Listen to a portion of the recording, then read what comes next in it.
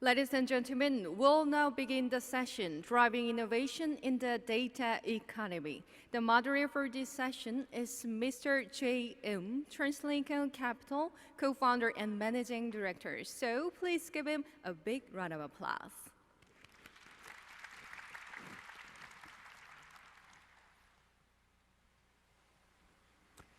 All right. Well, thank you, first of all, to the organizers at Megyeong. We appreciate this opportunity. And thank you, Young, for joining us for this session. I think what we wanted to do today is cover driving innovation in the data economy. And I don't know how many folks are as familiar with Young's background, but Sohn, who is the Chief Strategy Officer of Samsung Electronics and also head of Samsung's Strategy and Innovation Center based in Silicon Valley, has had a long career as one of the most successful Korean executives in Silicon Valley, having been the CEO or president of large public companies, one of the largest semiconductor companies like Avago, one of the largest storage companies in Quantum, as well as leading startup companies and taking them public, as in companies like Inphi and others. And so what I'd like to do today is give Young an opportunity to present to all of us his perspectives around this inflection point and this new data-driven economy. So I think we'll first kick off with Young's presentation, and we'll come back down and sit together for a Q&A session. So if you can join me in thanking Sohn and starting his presentation, I would appreciate it. Thank you.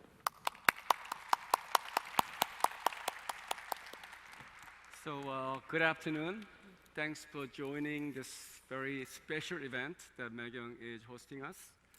This morning, we discussed the global challenges with the global warming threats, as well as geopolitical uncertainty. But my session today is not talking about those two, more about that I think with data, we have an opportunity to impact our lives better and make a better society. So that would be the discussion around my conversation. So let me start with this chart, which is basically a Harman 대장경, which is a Tripitaka Koreana. This data center is an old data center, but it's been there in Korea since 13th century.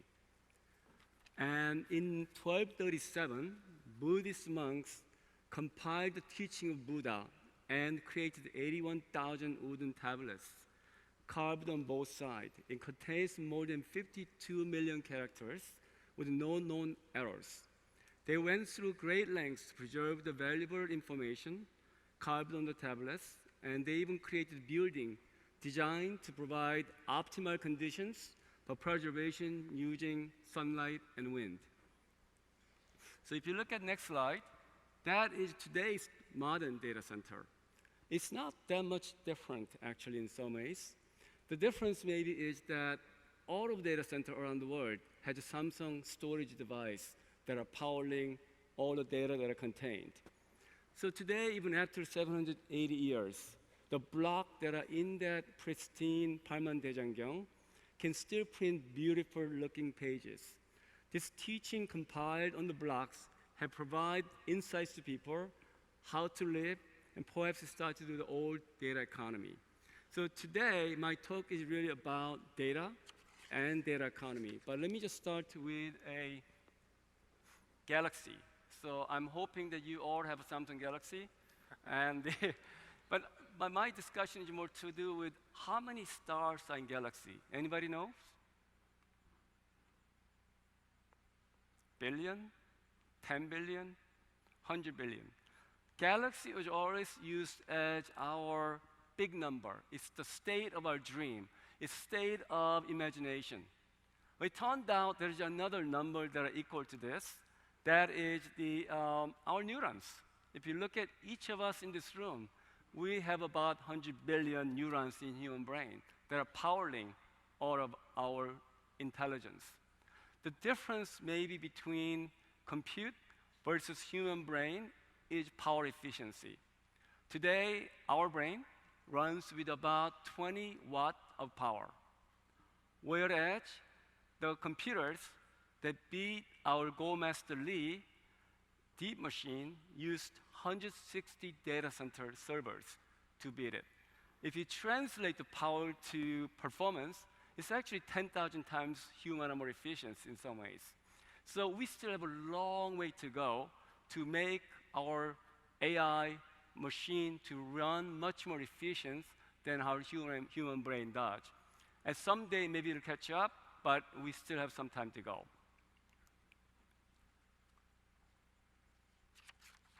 So if you look at the number of IP address, and you guys know what all the IP address is, anything with Internet of Things, anything that are connected has a address built in.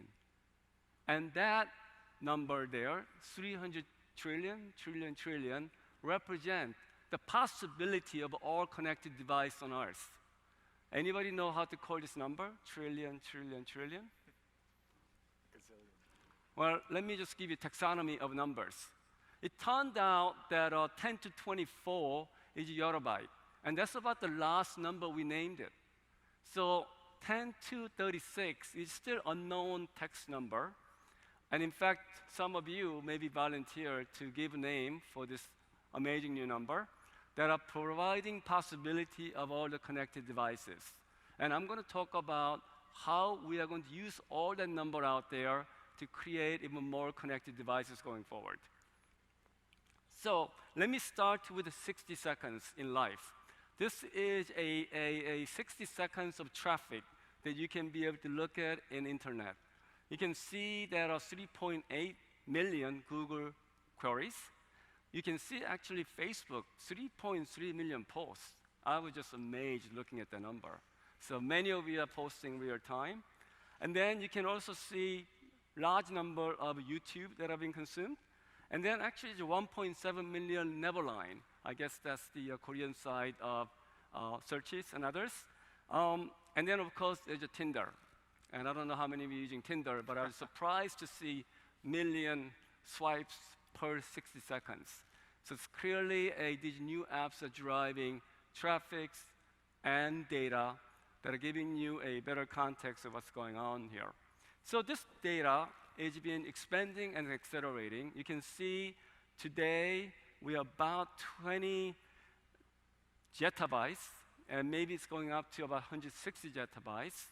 And the only 3% of this data is really tagged, and 0.5% is analyzed, which means a lot of data that we have is still not connected, doesn't have the insight. So they still have a long way to go for if you're a data scientist, data mining like my son does. There's a huge opportunity to create opportunities, create new insights around this. Obviously, Samsung is also getting benefit of this data transition.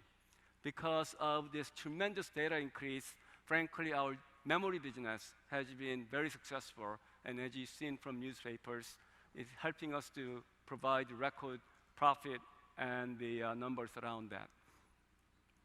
If you translate this 160 zettabytes, what does that mean? Trying to translate to human terms, it's 2.5 billion hours of 4K UHD movies or TV consumption.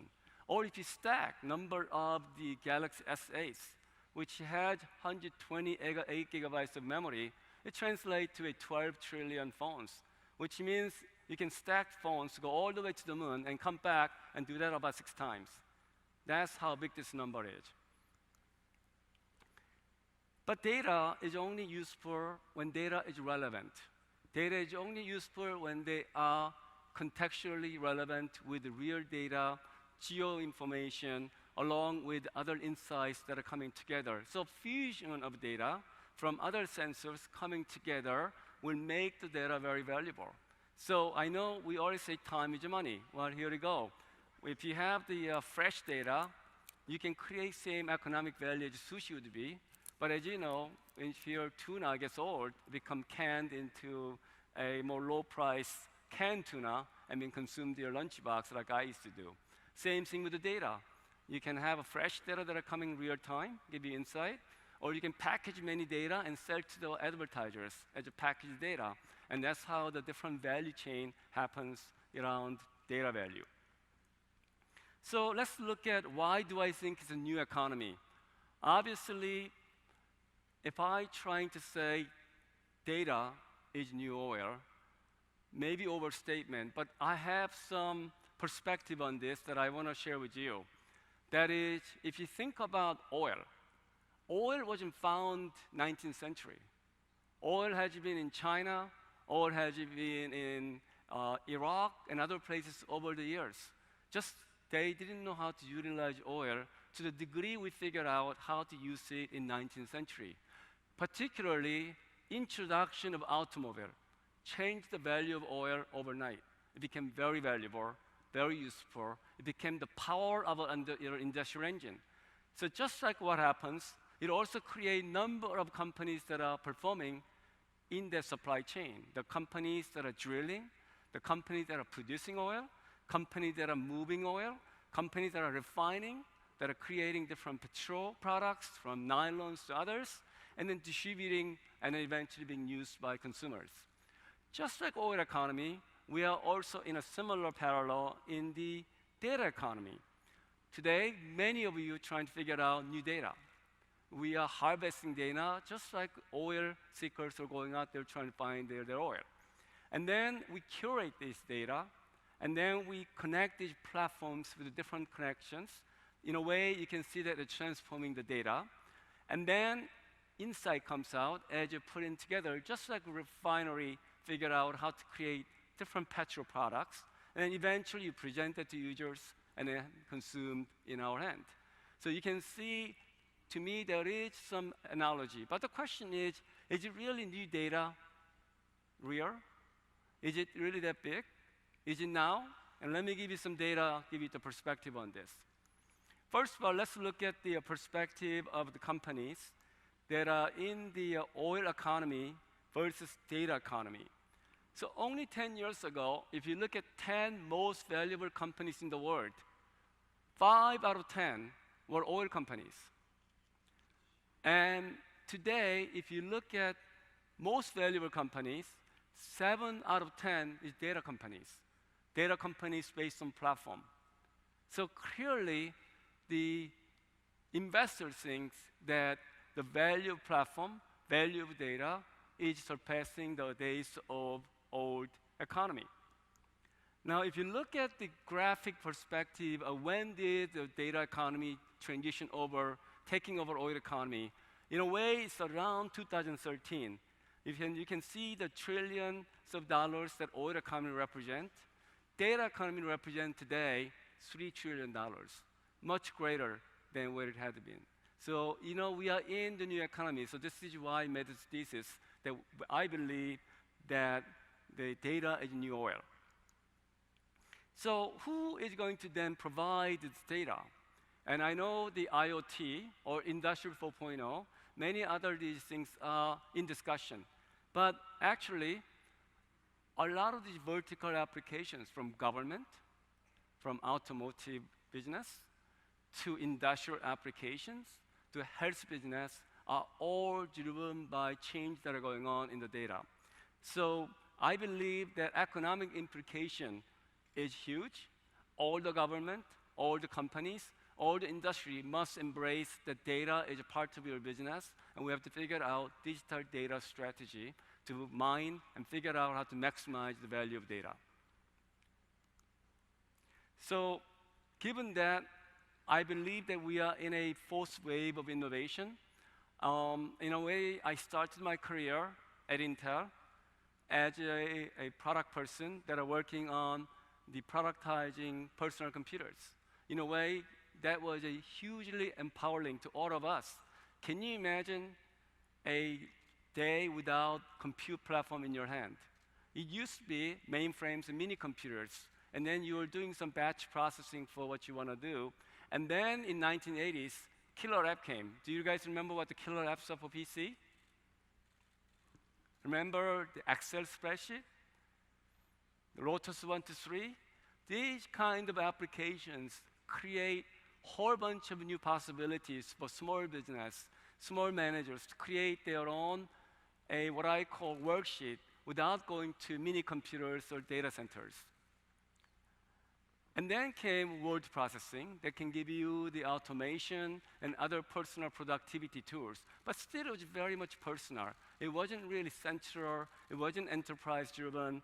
And then the second wave of, in a way, internet wave came, and it really improved the way we share, the way we communicate, the way we transmit, and it increased the whole chain of companies work together, and what I call optimizing supply chain, optimizing content makers with users, and that really have changed our, what I call business. And then, of course, 2008, the phone that we have known it for a long time, have changed. It used to be a big phone with a short time with no text messaging in, I think, the 1980s, to now where we are is a smart machine era, and we have to give credit to Steve Jobs of Apple, who drove innovation in that area and have changed the world forever. All of you in this room, I'm sure, have smartphones, and average in a day, all of you are using your smartphones probably 160 times a day. And if you're younger and teenager, you're probably doing more. If you're older, maybe you're using it a lot less. But we're using 160 touches a day in terms of how we use it. But I think the fourth way of new era is like oil economy to data economy. It has a profound impact on how we run our business and making us to be much more efficient than it had been. So what's driving this big new data era? Data has been around a long time. In fact, data has been around 70s and 80s. It was in floppy disk drive. It was in your tape drive. It was in your disk drive. Data has been around. But why is it that this particular time, data is really critical? And part of that is to do with the fact we are totally connected. Part of that is we have a lot more data. We knew AI was important for a long time, but it didn't matter because AI without data is nothing. AI with many data is worth something.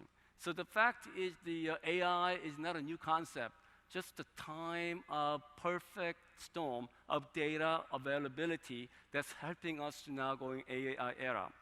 And then, of course, the other issue is end of Moore's law.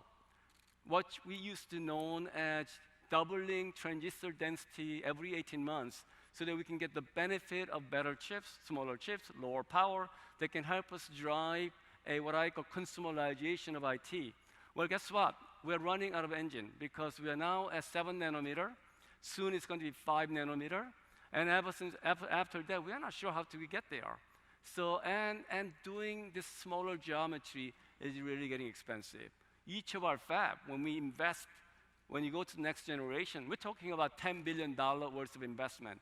So this is not an easy decision. So this is another issue that we have to deal with. So what that means is that we have to be much smarter about this, and I'll talk more about that. And we're going to learn something from biology to help us to make it easier to surpass this area of end of Moore's era. And then lastly, if you have data, we have a threat and vulnerability of cybersecurity issues. So this is something we have to live with, just like we have been living with power failures and others. This is something we're going to go through as a part of our ecosystem. But the data and mobility create a lot of new opportunities. Having a GPS data along with communication data, now you can be able to do Uber applications. And along with the messaging, testing, camera, video, you can actually do a Airbnb. You can be able to see, you can check in, and then you can also even pay using the secure element and payment system, and you can personalize some of your apps around it. So you already know that this is a big economy. When Uber's valuation as a private company is $70 billion, that tells you that this is changing the economy and disrupting the business model. For me, this is just the first round. We're just in the beginning of data transition. I see a huge opportunities where fused information can help us to drive better. In fact, I drive Tesla. My wife tells me that actually Tesla drives better than I drive in highway. So it's already very clear that I'm losing some points with a machine that are replacing me as a driver in some segment of highway. And the digital health is another great area that to me is very exciting, and I'll talk more about that. And obviously IoT is something that are representing industrialization as well as government efficiency and others. So let me talk a little bit more about two particular things around what are the key changes that I see and innovations that are helping us. So post Moore's law, I believe the biology can help us to inspire new innovation. And you probably wonder, what do you mean biology is inspiring IT people? But it turned out, if you model our human brain, this is a pretty good computer. It has a huge number of neurons, it's a parallel processing, and it's able to do it in a very low power. In fact, the deep learning that we talk about comes from watching and observing animals and their way of doing things. And I'll show you an example of that later. And as we improving technology, now we can make it internet more efficient.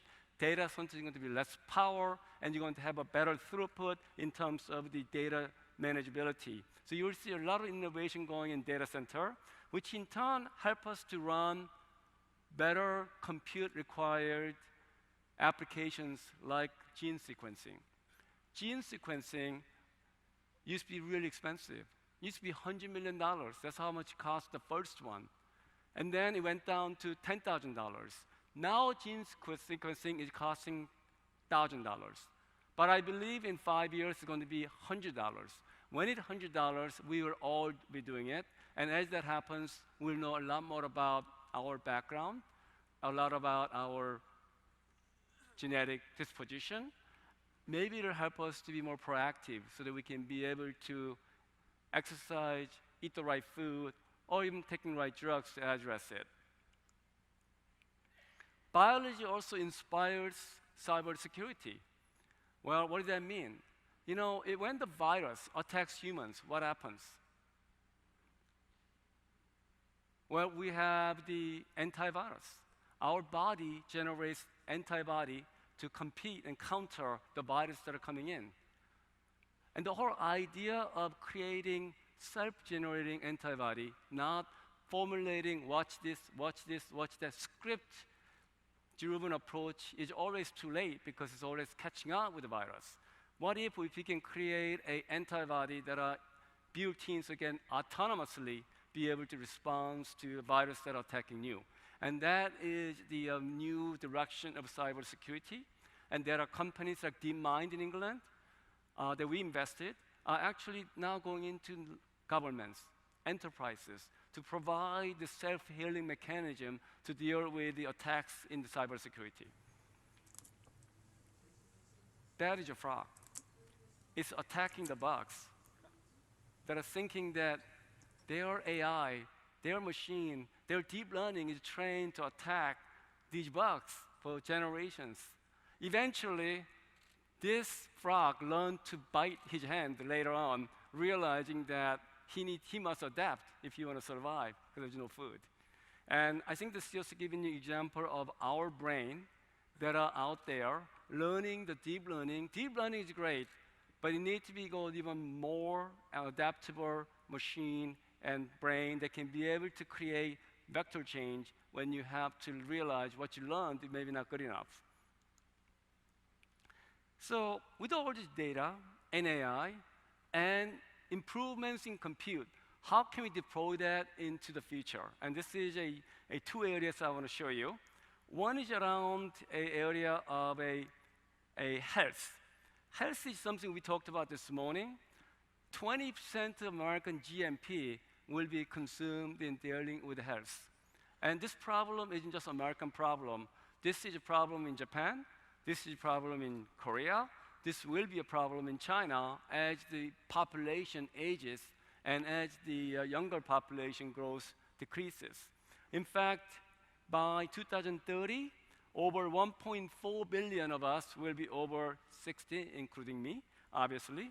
So given that scenario, we have to really think about how do you create a health that are a lot more smarter, much more preventive, and more cost-effective in dealing with. It turned out much of what we do, half of that is really based on lifestyle.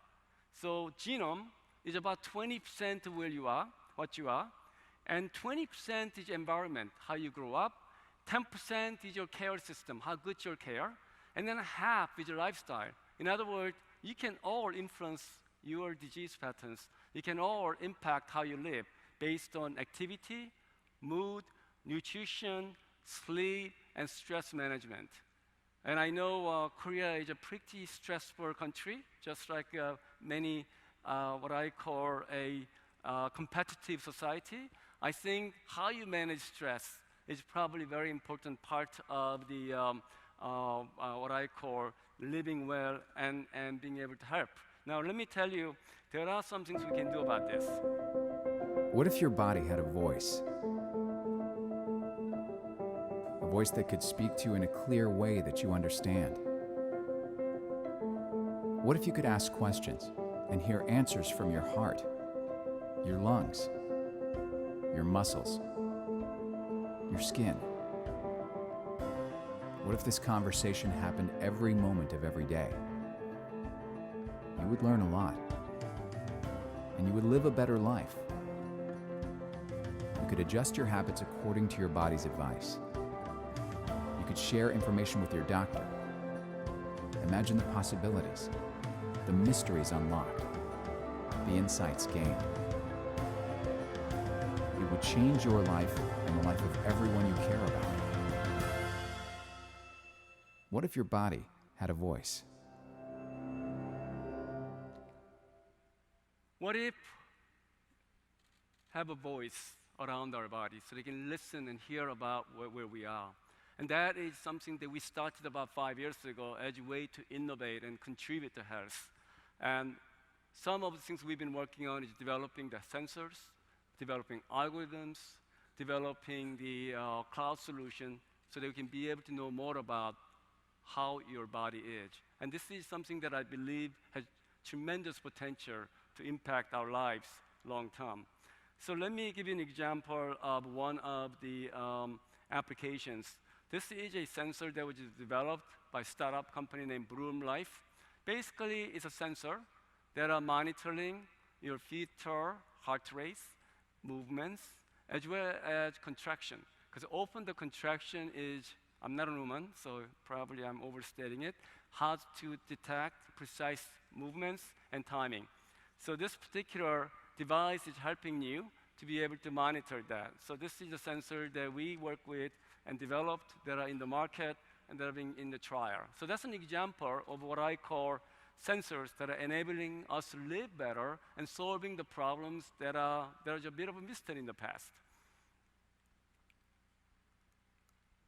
So if you look at today, car already has a number of sensors, right? Think about your automobiles. And I remember when I was driving, first one to drive, I have to check how much oil do I have. I have to check, do I have enough air in my tires by using meters. Today, it's all on your dashboard. You get into the car, you see it, you know how much oil it has, if you need it or not. So providing information that are critical for what you want to do is first step in good, I think, management. Of course, Galaxy 8 has a number of sensors that are giving you benefit of location, movements, activities. But humans today have zero sensors. And in my view, in long term, the sensors can help us live better. It doesn't have to be human body. It could be in your clothing. It could be in your shoes. It could be in your helmet. It could be in your glasses. All those are potential area that can help us live better. So one last slide about how data can help the health. And this is a slide around the fact one vial of blood, if you can test that early, you can really move from late stage problems to early stage by being preventive. You can increase the rate of success by 90%, and that is the whole point of it. And basically the point, I think, is that today, the traditional approach of finding problems in late stage, it's too late for us to do anything about it. Can we be able to proactively test and analyze the oncology information that are in our vital, so that we can be able to test what's in our blood and being able to be proactive. And this type of activity will continue to go, and I believe it's going to change, has profound impact on our health. Let's talk about mobility. Mobility that most people think as autonomous driving, and I think there is many elements of it, but I think the way we look at it, we think we can transform the mobility experience. This is why we acquired Harman about a year ago, actually only 6 months ago. We announced March 10th as closing, so not even a year ago. And we believe that being in this business of mobility is very critical. This will be a big growth market, as the automobile that we know it today is going to be like what happened to smartphone. Think of a smartphone going from just regular stick phones, going to much smarter with a display, with an insight, sensors. The same kind of phone going through smartphone change will go from today's car to tomorrow's smart car. And if you look at some of the potential experience that can change the car, would it be example of entertainment, example of the autonomous driving, having a much greater display, and having a whole bunch of information that can give you the context of your extended mobility from your home to work to in between. So much of that require a lot of compute power. Much of that require a lot of storage, just like what happened to data centers. So my view is that right now we have a big data centers, but I believe in the future we have many intelligent data centers that are small, but each of these car is in a way data center in your car that can driving these things and giving you the intelligence you need. Now, what that means in data perspective is today the car's about 500 gigabytes of data. Tomorrow it's going to be 50 terabytes. 50 terabytes is a lot of data, but I think that with the local information, cloud information, geo information, as well as your applications and mobility, you are going to have a lot more data to help us to drive.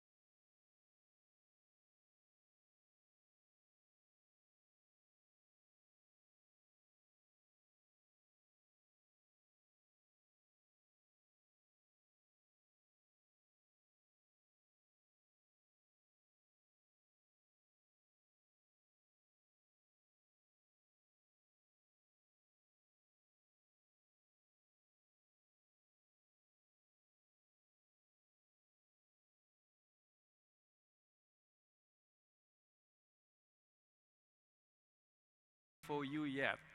This was our demo car at Consumer Electronics Show, but it does give you where the potential of technology is. So let me kind of give you a summary of a couple of things now. I talked a lot about the importance of a new economy. I talked about how the new economy can be able to impact our lives better.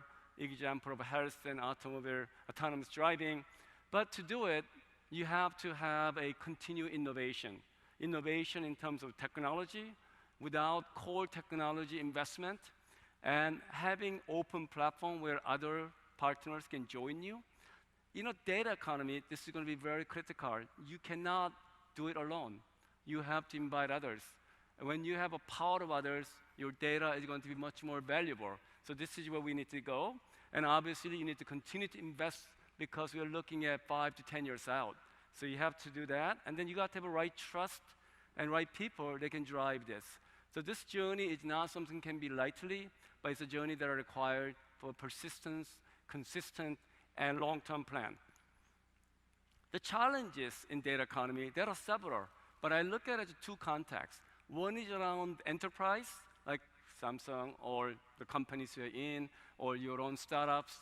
There is a lot to do with how do you experiment?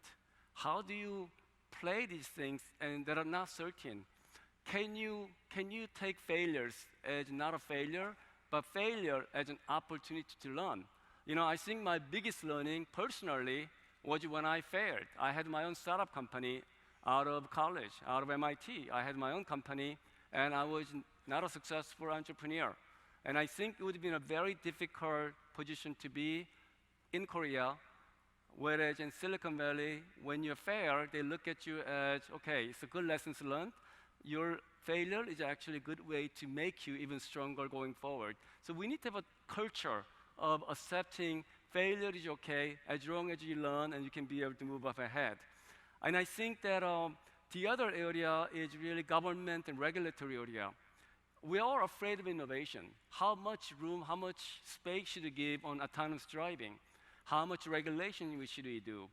And as you know, government is always behind technology. So how do you keep up with technology is a big challenge for any government. A government like the US in particular has been an issue. And then there are some moral dilemmas that we have to think about. When you are doing a gene editing, and when you are doing a fix for your certain diseases, it's one thing. But when you want to pick your colors or eye shapes or heights based on your gene preference, you know, what are the ethical boundaries that we have to live with? So these are all things that we, I think, have to deal with as a government, as an enterprise, as an institution. And we are all going to live with this thing next to 10, 20 years. So we are in a very exciting era where new potential is possible, but we also have a huge challenges to deal with. So with that, I believe the data will proliferate. This is not just for a large company. This is not for startup. This is not just for any particular organization. This is all of us that have to be in, and it'll make it easier to live, but also we have a certain new boundary that we have to manage going forward. So thank you very much. 감사합니다. All right. Young, thank you so much for the insightful presentation. I especially liked the scale that you referred to in terms of number of stars in the galaxy, the number of neurons in the human brain, and yet those are dwarfed by the number of potential IP addresses that connect all the devices. And then I also particularly enjoyed the analogy by comparing data as the new oil and comparing that old economy. So I'd like to spend the next 20 minutes that we have left in this session to ask you some questions that I'm hoping that the audience would also be interested in.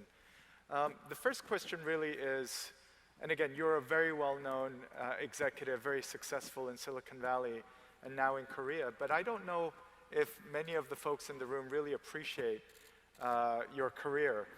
And I know for a fact that in your late 20s, you were the Korea country manager for Intel. When I met you 20 years ago, when I was an MBA student, you were already the CEO of a NASDAQ public company in the semiconductor sector at Oak Technology. And subsequent to that, you led, were president and CEO of companies like Quantum, Avago, and then you stepped back to take a CEO role for a 30-person startup company and took that public successfully in Inphi. By all accounts and all measures, you already had an extremely successful career, and you were in retirement. But I remember 5 years ago, you gave me a call in the summer of 2012, and you told me that you were considering taking Vice Chairman Kwan's offer to join Samsung, leading their chief strategy officer, and taking a step back into the fray. So my question to you is, after all of that, after your tremendously successful career, why did you join Samsung? You know, I never planned on it, to be honest. I never thought I was going to work for Korean large corporation.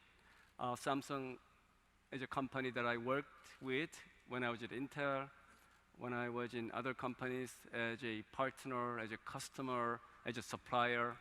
I had a tremendous respect for the company, but I just didn't think that I would be the one. I think that there is no one thing. It was not planned, but when Dr. Kwon asked me to share my knowledge on the innovation, the change management, I thought that may be an interesting thing. I didn't think I was joining full time. I thought I was going to be an advisor. At the time, I took our company to public, so I decided to do some other things, and it became an opportunity. One thing I learned though, at Samsung, you cannot work part time. You have to do it full time. Right, more than full time. Right. Thank you for that. So I do need to ask you this, since you brought up Dr. Kwon, who actually recruited you and convinced you to join Samsung Electronics. I think everybody is familiar with the very recent announcement that Dr. Kwon had mentioned that after the most successful quarter in Samsung Electronics history, he announced that he was stepping down from that role. I wanted to ask you, as somebody that has known Dr. Kwon and now have been working at the most senior level at Samsung Electronics, what is your perspective on this change, and how will Samsung move forward going in the future? Well, I think that change is something that we all have to embrace. At some point, we are going to have succession plans. So this is all part of what I think that our destiny. I think he did a great job of achieving a tremendous performance. We became the largest semiconductor company in the world, bigger than Intel now. So that is something that Samsung has been working for 20 years. So it took a long time, consistency and investment to get there. And I think that he wants to create a room for next generation to come in and dealing with the changes that are required to accelerate the changes. And I believe that that's his message. I see. Thank you. Speaking of change, speaking of innovation, and the transition that you had outlined in your presentation about this new data economy. Now, you've been with Samsung for 5 years, but you've known and worked with Samsung for well over 25 years prior to that. What do you think Samsung needs to do in terms of cultural change? And what are the things that you are seeing today that will enable Samsung to thrive in this new data economy? Well, I think the opportunity here is very big. So we cannot just do the same thing we've been doing. I think this is true for all Korean companies and others. In a way, Samsung has grown as a product company, grown as a manufacturing company that then driven great products like our Galaxy and others. But I think that the hardware-driven success must extend to data space. So to do it, I think we have to change a lot of things, and we have to change quickly so that we can be able to migrate to the new economy. I think successful companies tend to have a very strong platform that attracts other ecosystems, and in the process, when others come in, the value of your platform increases. And I think that's an opportunity that we must focus on. I see. So in addition to your obviously many roles at Samsung Electronics as Chief Strategy Officer, as well as leading Samsung Strategy and Innovation Center, you have taken another role as Chairman of Harman. Now, obviously, Samsung making the big acquisition a number of months ago, as you referred to, that was a major move strategically. And I wanted to ask you very simply, now that the big announcement has happened, it's been about 6 months, how are things going? So, like any honeymoon, there is a honeymoon period, and then you have to test the reality. And I think we are now went through honeymoon period. 6 months is over, we're in the next phase.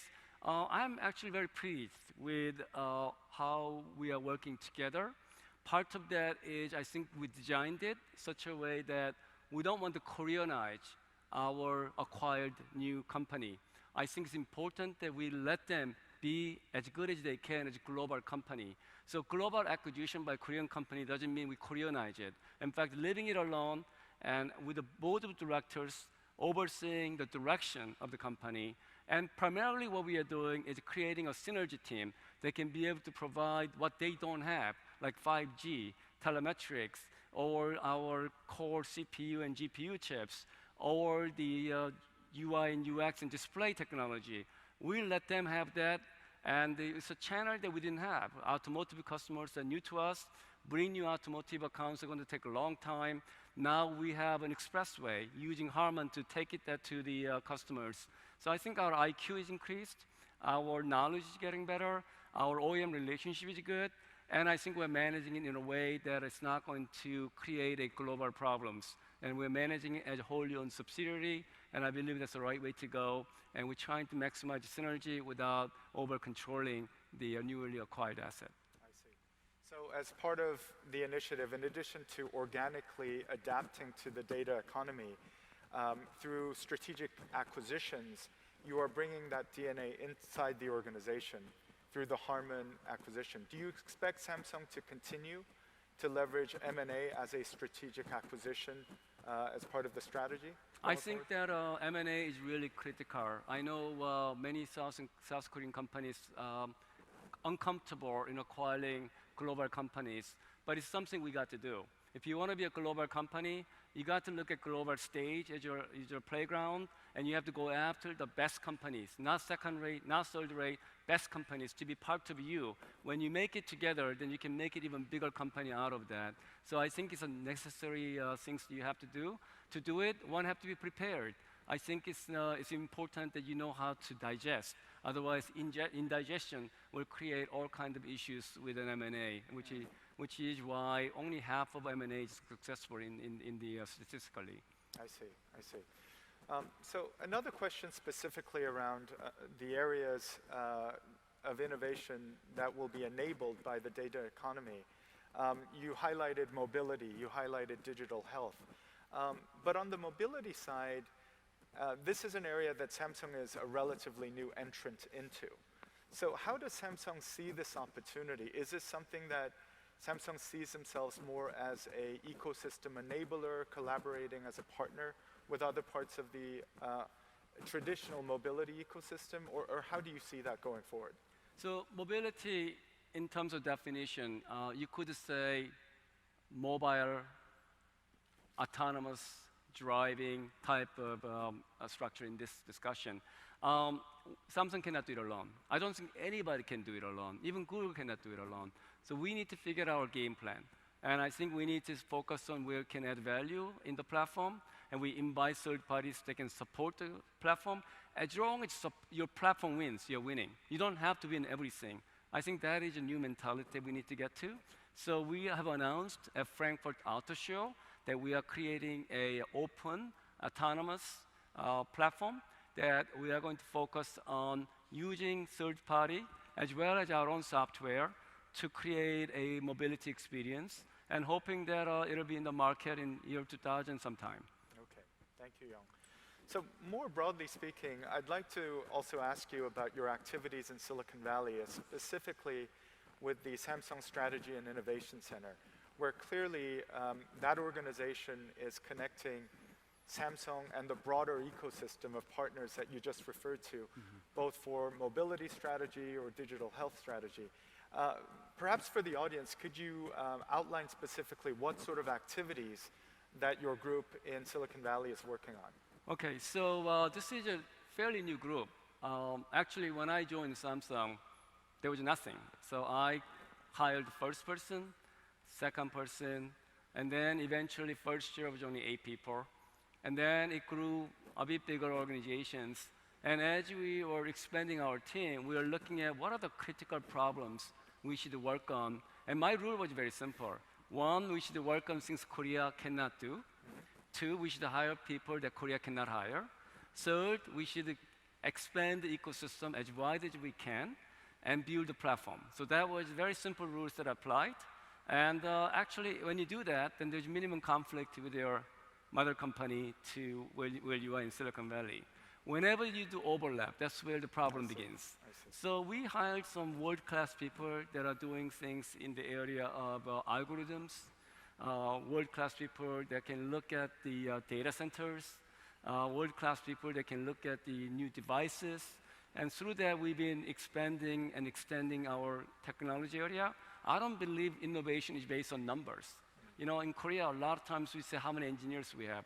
I believe the quality, you need to have a critical mass though, but the critical mass that can be able to drive your quality of innovation. And typically, I think that I like organizations that are 30 people at a time that can make and focus on their projects. I see. So, in connection back to change of culture, injecting Silicon Valley innovation to the mothership back here in Korea, what do you think over the past 5 years that you've been leading this effort, have things actually specifically changed? How are things going on that front? Well, you know, I think that change easier to say than done. Particularly changing your DNA and culture is a very difficult thing to do. So I would say it also takes time. But most important change have to come from the top. If top doesn't change, it will never change. Because all the people in the organization look it up and looking at who is trying to change. So having the senior management, the CEO in particular, and others that are willing to be the agent of change is really critical.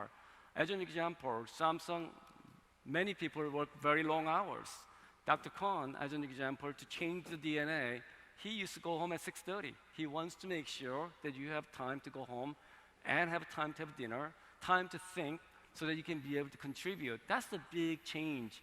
Does it go all the way to our organization? Not really, but he did set example from the top, and I believe that's the right thing to do, but it takes time, and we have to be persistent. That's one example, small example, but there are many examples like that. I see. I'd like to switch gears now from Silicon Valley to Korea, where obviously the majority of the audience is living and working. And the reality is, when you mentioned data being the new oil economy, the reality is Korea does not have a single drop of oil, and have never had that, and yet, despite that, have built a very successful manufacturing economy, export-oriented, and have become very successful economically. I'm curious to get your perspective on the implications to the Korean economy for this transition into the data economy. What are the areas within Korea you think can be successful in and excel in? Well, I think that the good news is that unlike oil, we have an equal starting point. So we don't have a competitive disadvantage. And I think we have a tremendous education as an advantage. And I think the pali can be also very good positive attribute for change. But I think the pali also has a negative consequence. Pali also means that we are impatient. And typically, building platform takes time. You have to architect, you have to plan, and you have to build it. And then lastly, you have to work with external partners. You cannot build a platform in Korea alone. Korean platform will be good, but the power of platform is function of how much endpoint, how many people are participating, like Facebook. So how do you create a global platform will be the challenge for the small market. But I believe that at least you are starting equal footing as anybody else. So you think we actually are at least not disadvantaged, and we can take advantage of this economy? Absolutely. Can you think of any specific areas that you think Korea is well equipped to lead, perhaps, in some of the industrial areas that you had mentioned earlier? Absolutely right. I think that, think about 5G, right? I think Korea is actually driving 5G. I think we're going to roll out the first demo in Pyeongchang Olympic game. That is a leadership. The standard 5G is not all done yet, but the fact we are pushing and we are being able to test and being able to drive ecosystem is good. You know, our automotive OEM companies are very excited about this. Working with the leadership is something for them, time to market advantage. Like I said, you want to work with the sushi maker, not at the tuna can makers. Right. Absolutely. I would like to ask you one last question as we're getting closer to the end of our session here. Obviously, you have also been an entrepreneur, and I didn't know this, but I didn't realize, I thought your career was all successful. I didn't realize you actually had an unsuccessful startup after your MIT graduation.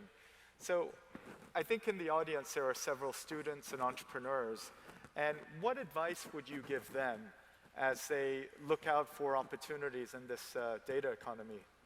Well, I think that when I graduate, having a degree, you think you are well qualified. But actually, when I was running my own company with my partner, who is a good friend of mine, it was much difficult than I thought. And I realized how little I knew. I didn't even know how to negotiate terms and contracts. So if I have an advice, make sure you have the right partners working with you, and you have to be really persistent, and you have to be really good at sales and marketing. You have to really know how to sell your ideas to whoever you want to target.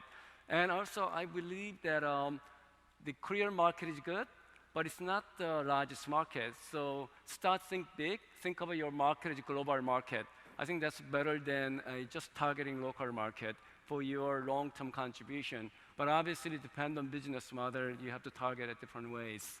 I think the other thing that I learned is that you don't have to do everything. There are a lot of Korean entrepreneurs that I work with, they want to be in charge. They want to be in control. And what is American entrepreneurs? They think that better CEO can run the company better. And as long as he has an equity, it's okay to share. So think about how to share the benefit. As long as pie is growing, that's what matters. Having a small pie in control is still a small pie. And whereas I think it's think about the bigger potential aspiration, where you want to be, and dream big. And when you do that, I think you have better opportunities. Thank you, Young. Young, this has been great. I really enjoyed the chance to ask you all the questions that I've been curious about. Hopefully it was insightful for the audience as well. So if, ladies and gentlemen, you can help me thank Young for his presentation and sharing his insights, I'd appreciate it. Thank you, Young. Thank you, Jay. Thank you. Sorry.